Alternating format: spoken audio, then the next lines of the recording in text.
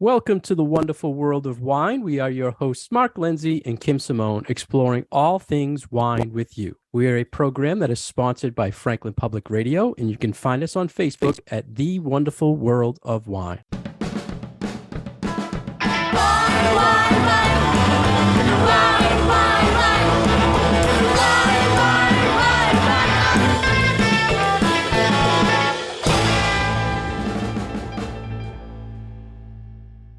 Hello again, everybody, and welcome to the wonderful world of wine. Kim and I are here to explore all things wine with you. How are you, Kim? I'm doing fine. How about yourself, Mark? Everything is great. And Very once good. again, today we have a special guest. We're joined by Sheila Donohue, the founder and CEO of Vero Wines. Sheila, welcome. Thank you. Thanks, Mark and Kim. It's good to have you, and we've been following you online, and we've talked in the past offline here. And can you just please tell us and our listeners your background and about your company, Vero Wines? So about my background, I'm a New Yorker that's been living in Italy for over 20 years. I have 30 years in banking and technology. And during my time in Italy, while I was working in banking and technology, I became a sommelier. Now, I just enjoy the discovery of wine, but also food. And certainly Italy is a mecca for that. And then I had a year sabbatical in 2017, in which I had the opportunity, just with a clean slate, to define a new life and career for me.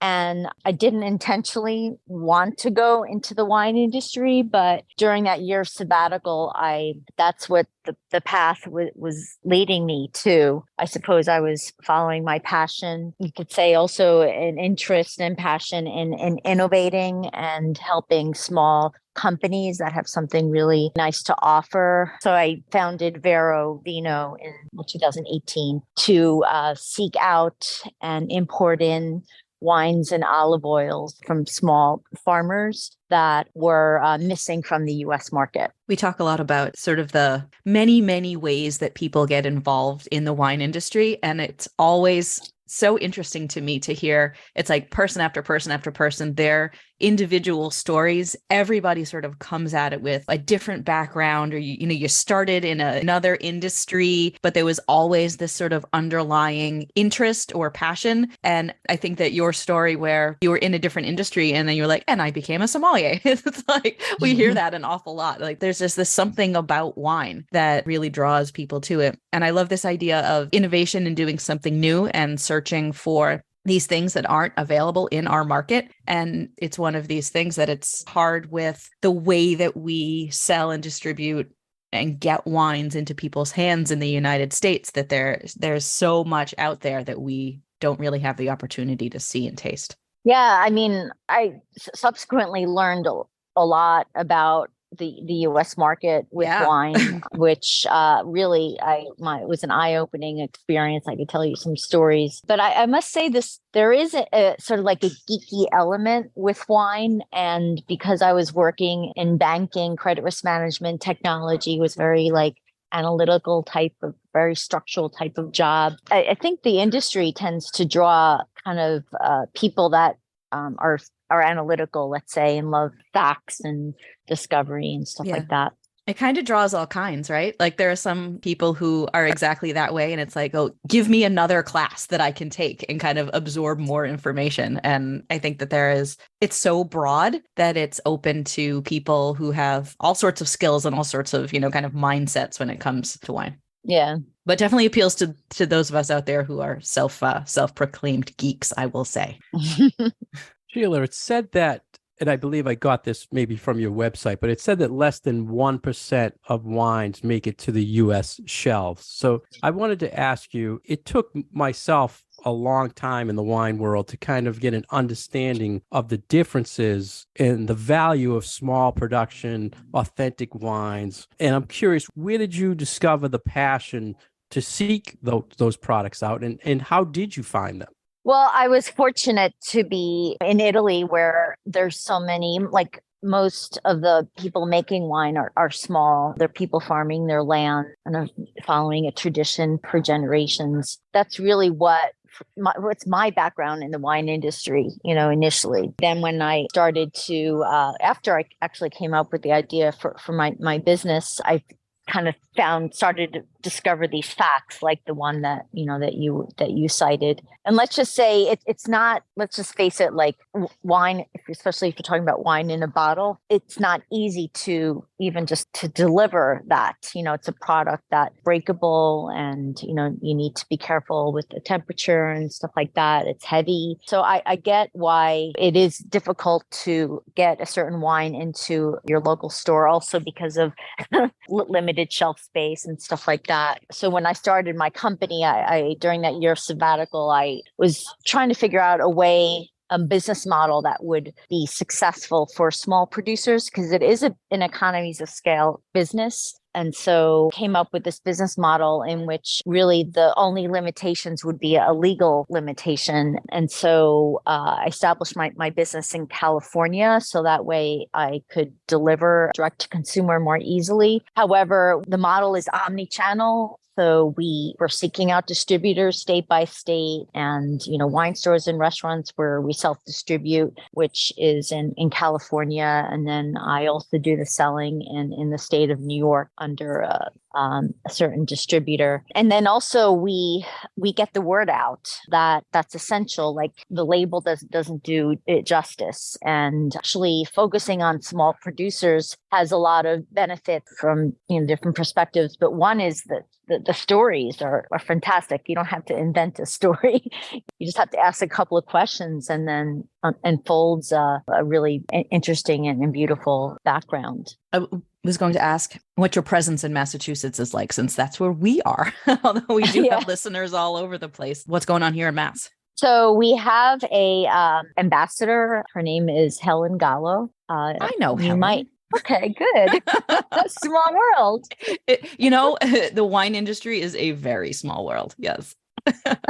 Yeah, well, she has such great experience in very long career in wine import and distribution, and especially in New England. So she has been and is trying to find a distributor for us in Massachusetts. So as just getting it out there to the universe, whoever's going to be listening to this podcast, so please contact me. Again, our website, I don't think we mentioned our website. It's verovino.com. So we have a contact us form on our website, and just reach out to us, even for suggestions. Like sometimes we get distributors contacting us because a wine store really wants one of the wines that we have.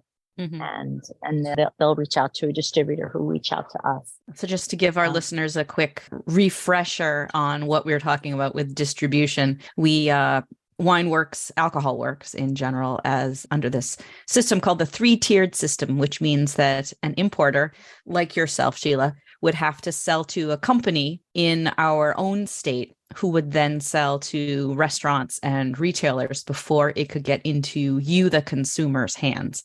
So it's got to go through those different tiers before it can get to a customer. So that is what we're talking about a distributor, which she's talking about a kind of that middle level before it can be sold to a store, so that then you can go out and buy it. Yeah, now that Kim mentioned that, Sheila, I'd like to get your opinion on dealing with 3-tier states and dealing with state. Do you have any opinion as an importer of wine? Thoughts on how the things you go through? I know you said you had a lot of stories based on that, but what's your overall opinion on the battle you face? Yeah, well, as I said, getting a wine to your local wine store or restaurant is difficult, independent of the 3-tier system. And I have to say that I was a little ingenuous initially. I thought, hey, the U.S. market will be clamoring for these really good, interesting, farm to glass wines. But that's not the case. It is a crowded market. So fast forward to this year, in April, Helen and I had a stand at the WSWA conference, which is the largest distributor conference in America. And we happened to casually meet the woman that's their head legal colleague, whose main job is lobbying for distributors. And I told her, I'm like, you need distributors because they're the people that know the restaurants and wine stores and that will develop those relationships. And even explain the wines that we have, even though on our website and social media and YouTube and all that, we do a lot of the explanations, but still just even organizing the tasting and explaining, why this wine is so special, even from a taste perspective. That's a lot of value add. The thing I must say about the state of Massachusetts that I find annoying is that it's an at-rest state, and not all states are like that. So when it's not an at-rest state like New York, I can ship the wine directly from our warehouse in California, which is our, say, national warehouse, and ship it direct to a wine store or restaurant in New York. That's efficient as it could be, let's say, especially for a wine that is new to the New York market. And so that's currently what we do for New York State. But in Massachusetts, being an at-rest state, it means that I cannot ship the wine direct to you, Mark. It has to, from what I understand in terms of the law, it has to physically somehow stop by the distributor in Massachusetts before it gets to Mark's store. And what happens is that just creates inefficiencies that really limit the possibilities of what we can do in Massachusetts until we have a distributor that will actually hold the inventory in in the state. Yeah, that one extra step in the middle there. Yeah. And I'm sure like the state, your state has limited choices when it comes to small production wines because of that. Yeah, and it adds to the cost too. But he wants their little money for holding it for you too. So it adds cost in there.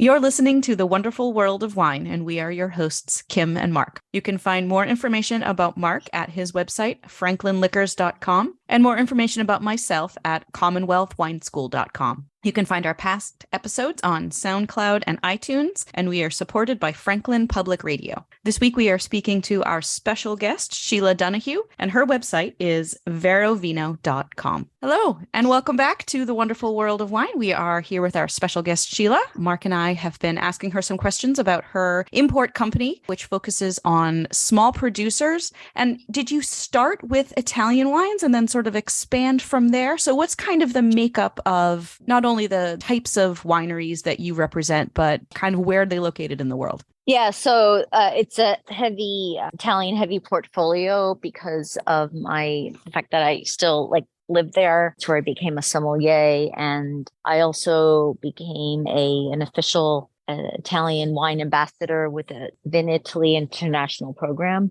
And then also because I speak their language too.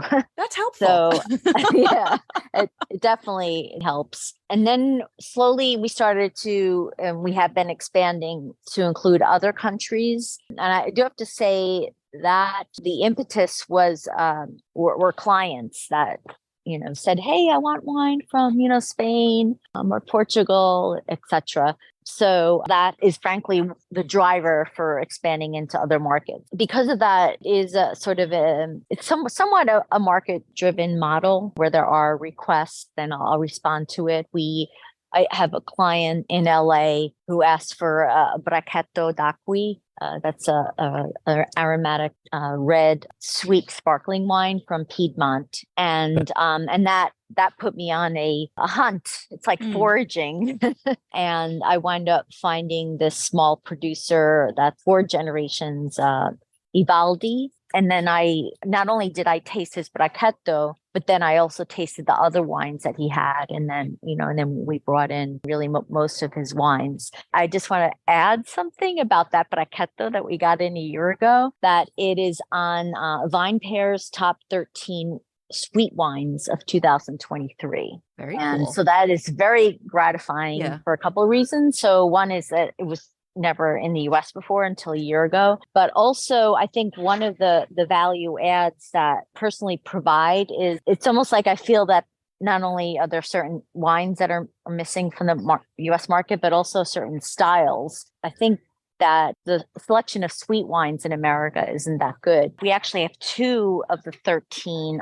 on that list of sweet wines. And so I feel, there's another value add is we're just introducing, categories of wines that are missing as well. Mm-hmm. You do have a section on your website that shows like for reviews and, what top 100 lists or top 10 lists or whatever, and how many of your wines have ended up there of late. And it seems very positive that for a company like your own, which is mainly self-distributing, that you've started to get some of this attention and the realization that, wow, the wines in your portfolio really are something to talk about and something to support. So I saw that and I'm like, ooh, that's really cool. Like, good for them.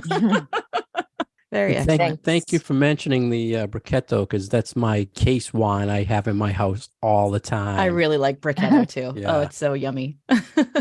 For those of us who've spent any time in Northern Italy, those red, sweet, sparkling things are definitely something that are attached to a lot of good memories, let's say. The wine of seduction, Kim. Right? Well, or it's just something easy to drink when you're 19 years old. Shh, don't tell anybody. Yeah. I brought that wine to a Cinco de Mayo party at my colleague's home association in California. And there were there were a number of people there that don't drink wine. And I had them try the Brichetto and they loved it. It'd probably be really good with some spicy Mexican.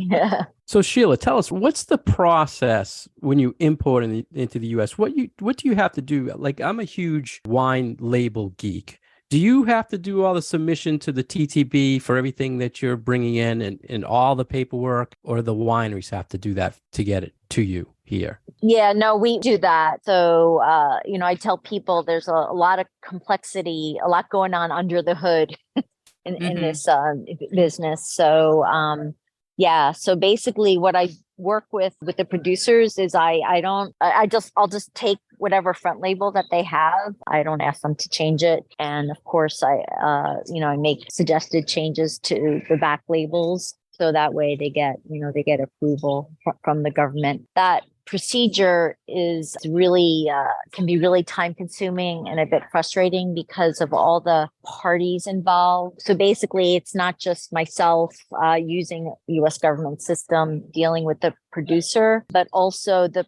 producer has to usually rely on a graphic artist to make the changes, and that just adds a layer of complication to it. And it's also been quite costly with inflation, and especially last year, I guess there was a shortage of paper. And so it's been a very difficult trying to manage a timeline with importing all these details and issues, unexpected issues as well that can come up, that happen. I was just going to ask, that must be a lot of planning on your part, where you have to get all the producers, all the stuff together over there in Italy, and then you must try to get one container over to US, right? So you have to get it all together and all that paperwork involved. It is very complicated, and I normally, what I do, at least with the Italian wines, because there's enough volume in which we can fill up a container. I try to plan that for when I'm actually in Italy, because even with the time zone difference, it's easier to deal with. This year, however, I was dealing with all that complication while I was in America. And I do have to say, it did add extra time, in particular on the part of the process in which logistics company had to coordinate the pickups of the wine from all the different wineries. So normally that would take maybe maximum 2 weeks. This time around, it took a month, and it was just really, really bad. And I must say, it wasn't just because I was getting all the information late. It was primarily a logistics company that was dropping the ball a lot.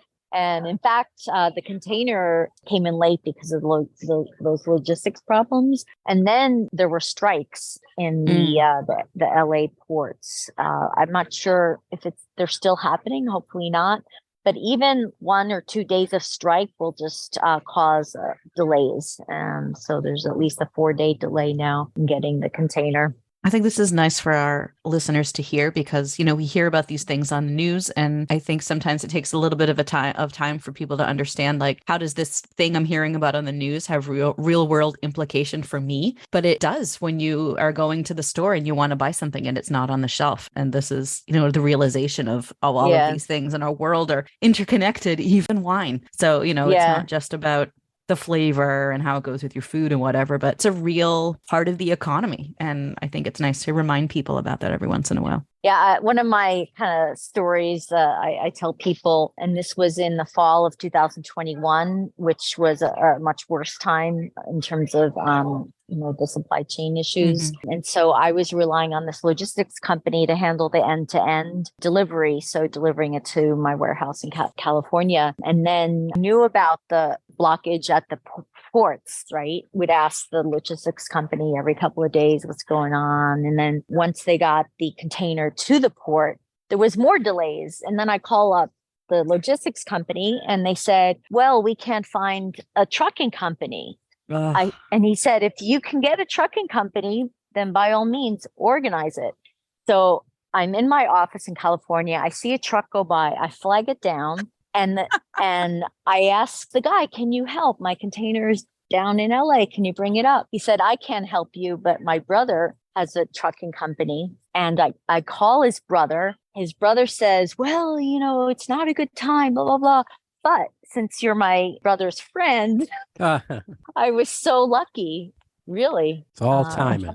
And I'm glad you mentioned stories again, Sheila, because Kim and I mean, we talk all the time on this show about the stories behind the wine, how it helps sell the wine. And your whole company is based on, maybe, as you said, geeky wines and great stories. So can you tell us, what is your best wine story? So one that comes to mind is the story from my perspective is I went to my friend's house for dinner at Christmas, I think in 2017. And one of our friends brought this really interesting pet nat, sparkling wine. And I was, I liked it. I found it different. And it was written Bosquera on the front label. So I managed to hunt down the producer, and he told me Bosquera is the grape. It's a really rare grape. He wasn't interested actually in exporting at the time. In fact, even I asked him, how can I buy a bottle? I would have had to come up to the winery to buy a bottle. And they're in Veneto. The producer is Zanon.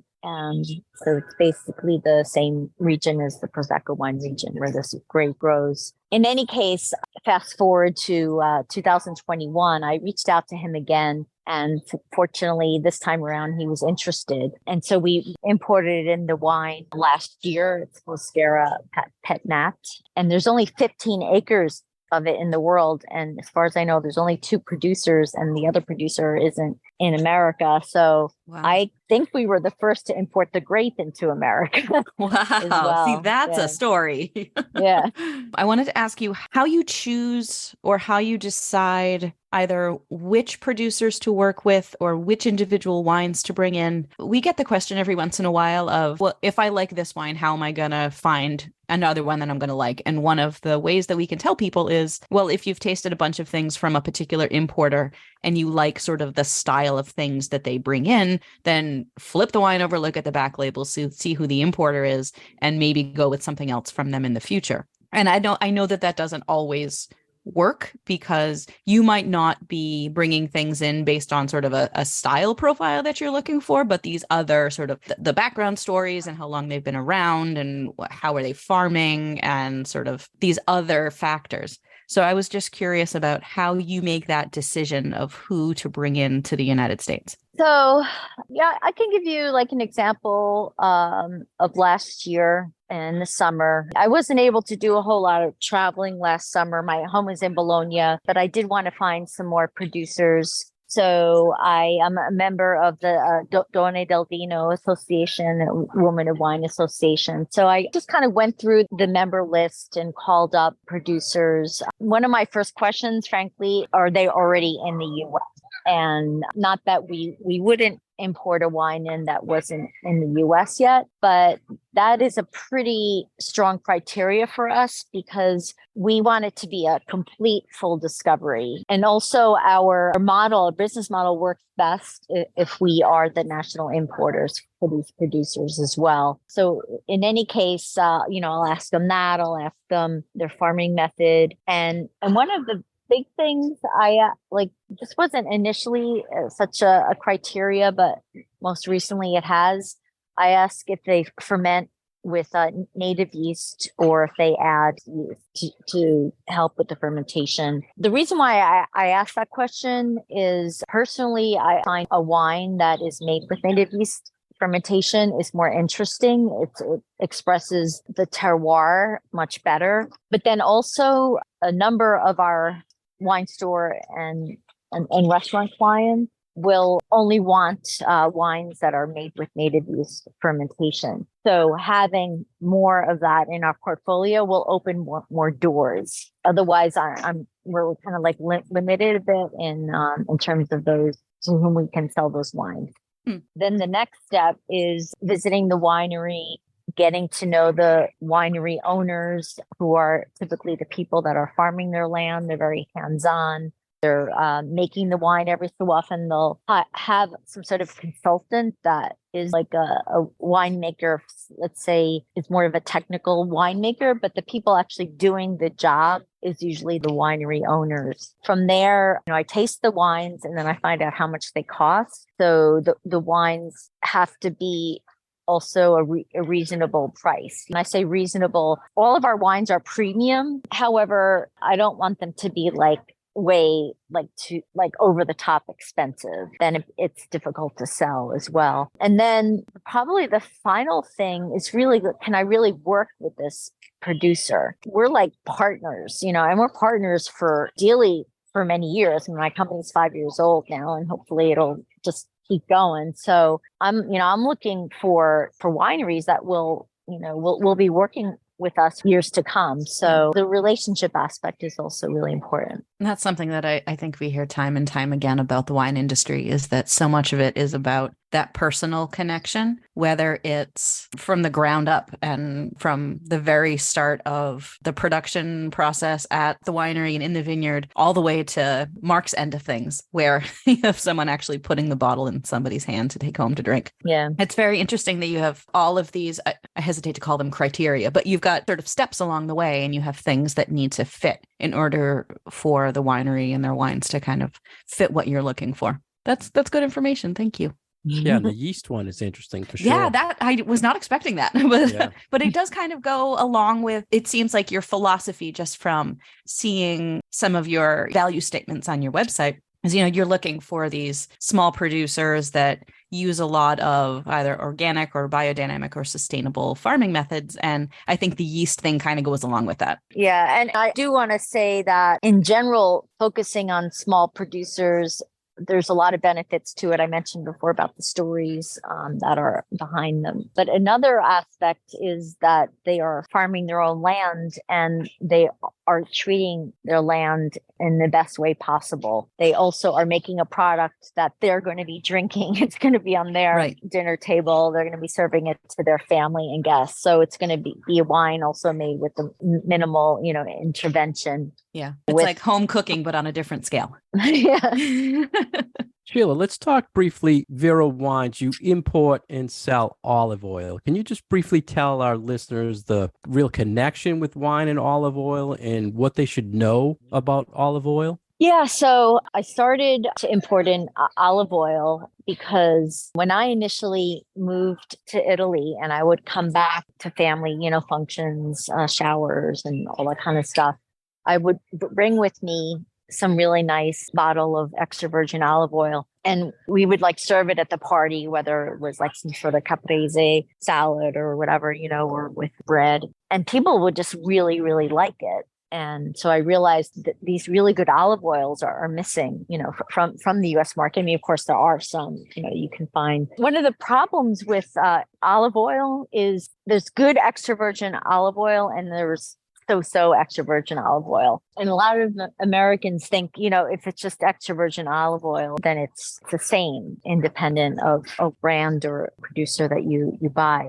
And that's definitely not the same. It's definitely not true. And so I'd say to know if you're really buying a really good olive oil isn't easy either. It's even harder, I think, for olive oil than to want. But I think getting to know olive oil is a whole other world, getting to appreciate wine, even just the choices of olives that they use to make an olive oil is something that goes into process of making like a really good, extra virgin olive oil. The way that you taste an olive oil and assess it is similar to wine tasting. The only thing that doesn't count is the color. So, and then another thing that I've learned is you have an olive oil that's made from one type of olive that we do. We have an olive oil that we're actually going to be having people sample today here at Wine Fair in San Francisco. And it's producers La Maliosa, and the olive oil is called Calitra. It is made from one type of olive oil, and it has the highest level of polyphenols you can't find in olive oil like this anywhere, really. And what I mean by polyphenols is the characteristic of olive oil that A, makes it healthy, but B, gives it taste. And when I say taste, it's like when you taste an olive oil, you want a good olive oil in general when you swallow it. So you actually like take a sip and you swallow the olive oil. If it makes you cough, that means that it's a good olive oil. But if it makes you cough like a lot, that means it's really good. So yeah, this Calitra, it won an award for the best organic extra virgin olive oil in Tuscany. I remember the first time I got it, I like just plain lettuce, and I put a little bit of the Calitra over with a little bit of salt, and it transformed the flavor of the salad. And it's so healthy, instead of just using all these dressings and stuff like that. It's really good for you. Making me hungry. Kim's a big foodie, so I'm sure she appreciated all that. I love food. Italian food in general. Sheila, we thank you for joining us. I know you're actually, so the listeners know, you mentioned it, you're actually working at a show right now in San Francisco. So you took the time to talk with us and the listeners. We really appreciate it. It was great hearing your story. And I hope the listeners head to your website at verovino.com and also check out your social media on Instagram and YouTube. I believe it's Vero Vino Gusto is how they find you on that. Mm-hmm. And you have great education videos on YouTube I enjoy, and you talk about some unique grapes and regions, a really good educational thing for people who want to learn more about wines in general. So and I encourage people to get on our newsletter as well. We write, our own articles. We publish them about like once a week. And so it's a great way even just to learn about, wines and foods and places and people. And you just did a good article about the floods in Italy. I was enjoying that. Right. Well, not enjoying it, but it was a good update to hear what's going on. So yes.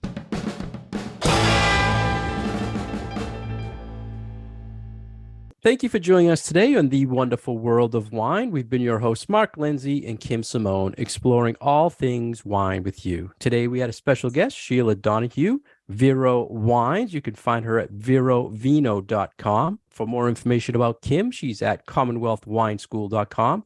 You can find myself at franklinliquors.com. We are on Twitter at Wine Education. You can find us on Facebook and Instagram at The Wonderful World of Wine. And our past episodes are on SoundCloud and iTunes.